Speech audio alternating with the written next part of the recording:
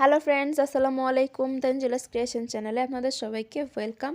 আজকে আমি চলে আসলাম আরও একটি কুকিং ভিডিও নিয়ে।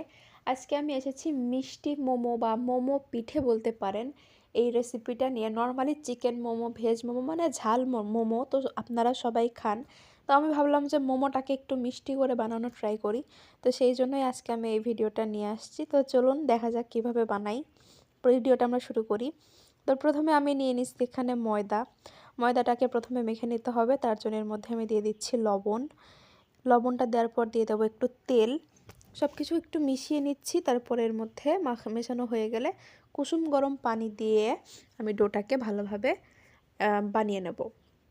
মোমো বানানোর জন্য আমরা যেভাবে ডো বানাই সেভাবেই ডোটাকে আমরা বানাবো। কুসুম গরম পানি দিয়ে দিচ্ছি, দিয়ে এবার আমি বানিয়ে নেব ডোটাকে। সুন্দরভাবে একটা ডো বানিয়ে ফেলতে হবে। তো বানানো হয়ে গেলে ডোটাকে রেস্টে রাখতে হবে 15 মিনিটের মতো, 15 থেকে 20 মিনিটের মতো রেস্টে রেখেছিলাম আমি। তারপর আমি চলে যাব পুর বানাতে।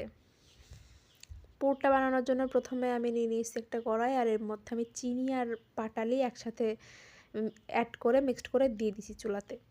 তারপর এর মধ্যে দিয়ে দিচ্ছি সামান্য একটু পানি। এবার এগুলোকে সব কিছু গলে আসা পর্যন্ত অপেক্ষা করবো, এই পাটালিটা পুরোপুরি গলে যাওয়া পর্যন্ত। মাঝখানে তো দিয়ে দিচ্ছি দুটো ছোটো এলাচ। তো পাটালিটা যখন পুরোপুরি গলে গেছে, পাটালিয়া চিনিটা, তখন দিয়ে দিচ্ছি নারকেলটা ডিপে রাখার কারণে একটু জমে গেছে, তো কিছুক্ষণ নাড়তে নাড়তে এটা ঠিক হয়ে যাবে। তো যখন নাড়া হয়ে গেল, এর মধ্যে দিয়ে দিচ্ছি 1 চামচ গুঁড়ো দুধ আর দেবো সামান্য একটু লবণ। সব কিছু নেড়ে নিলেই হয়ে যাবে আমাদের পুর। তো আমার পুরটা এখানে রেডি হয়ে গেছে, এখানে ডোটাও রেডি হয়ে গেছে। এই ডো থেকে কিন্তু আমরা লেচি কেটে নিয়ে তারপর রুটি বানিয়ে নেব একটা।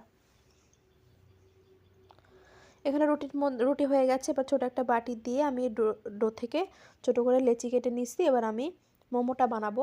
আমি মোমোর শেপ খুব ভালো দিতে পারি না, আমি যেরকম সবথেকে সহজ যেটা আমি সেভাবেই বানাই। আপনারা যেভাবে মোমোর মানে শেপটা দিতে পারেন সেভাবে শেপটা দিয়ে নেবেন।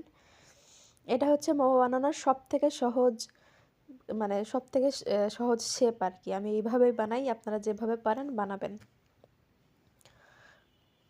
তো এইভাবে আমি সবগুলো বানিয়েছি।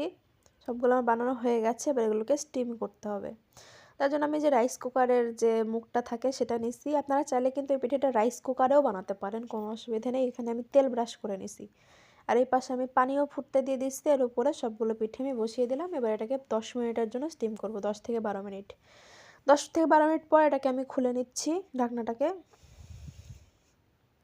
তো দেখুন আমার পিঠেটা একদম তৈরি হয়ে গেছে। এবার এটাকে সার্ভ করে শেয়ার করব আপনাদের সাথে।